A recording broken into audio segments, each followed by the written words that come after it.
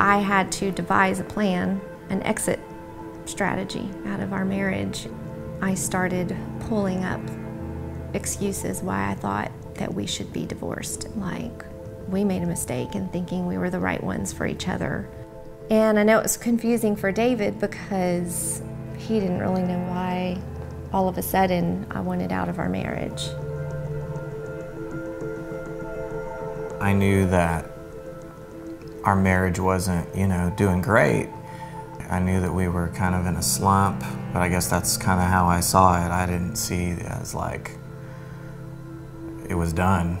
And so one day she said to me, I'm not sure I want to be married to you anymore, and that just came as a total shock.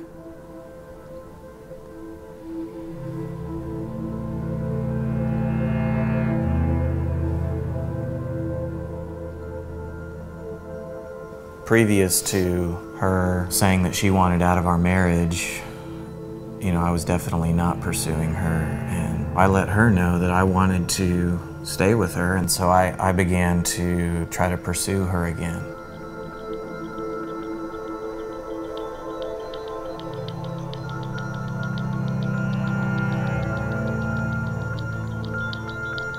One afternoon while David was at work, I got in my car and I drove around for hours trying to figure out what to do. I was driving sort of aimlessly through our neighborhood because I knew that I needed to go inside and tell David.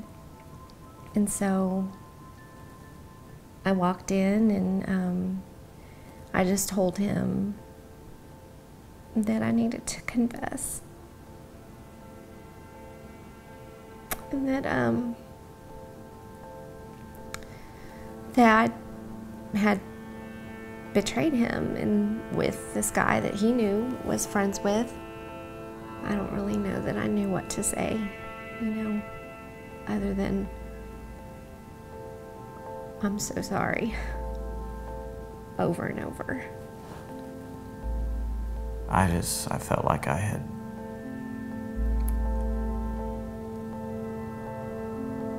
had run this marathon of pursuing after her for just as hard as I had ever done, and trying to fix our marriage and then kind of get to the finish line of that marathon, and then somebody punches you in the stomach or shoots you in the stomach. I just went numb and didn't really know what to do.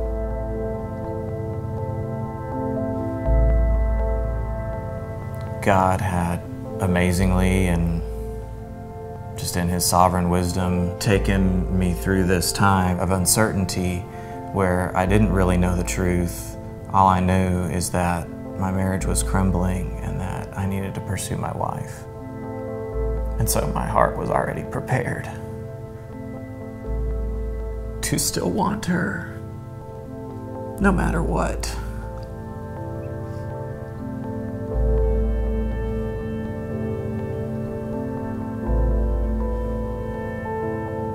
I remember after confession, it was extremely messy. There were so many broken pieces. Eventually, the shame settled in, feeling like I was dangerous, that I couldn't be trusted again. I felt dirty, and I just remember begging God, begging on my face, just begging Him to please change me.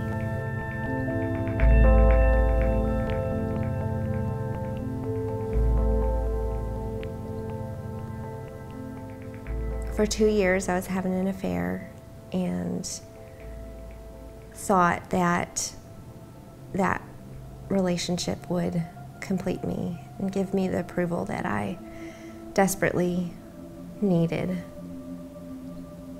What captivated my heart was the need to feel loved, approved of, and to feel complete. And the lie was that this guy made me feel that way, but it wasn't the truth. The truth is that there's no one, not even David, can meet those needs.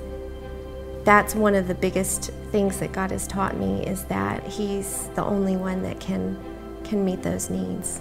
And when I place those needs on another human being, I've set them before God and I've made an idol of them.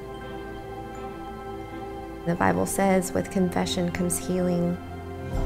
Our marriage has definitely been healing because of the act of confession.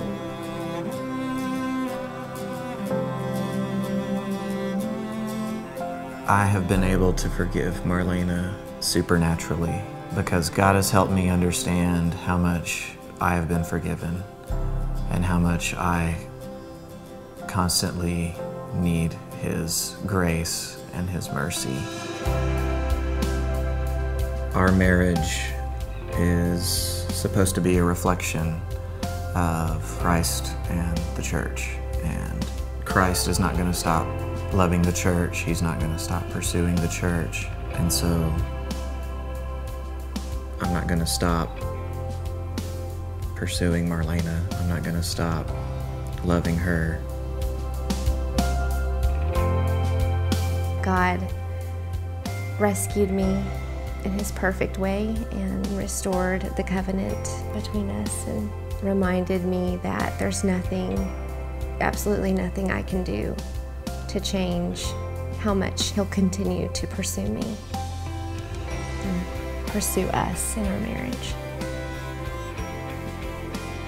Christ does that in everybody's life. You know, I mean, our story is our story, but everybody has something, and He's passionately pursuing everyone like that. He's used our marriage to give other people hope that He can restore what's broken. He can bring healing to a situation that seems hopeless. I look at the fact that we're sitting at the table eating dinner with two rowdy, crazy kids that we love so much, and I'm just so thankful that we're together. My name is David. My name's Marlena, and we've been married for 10 years.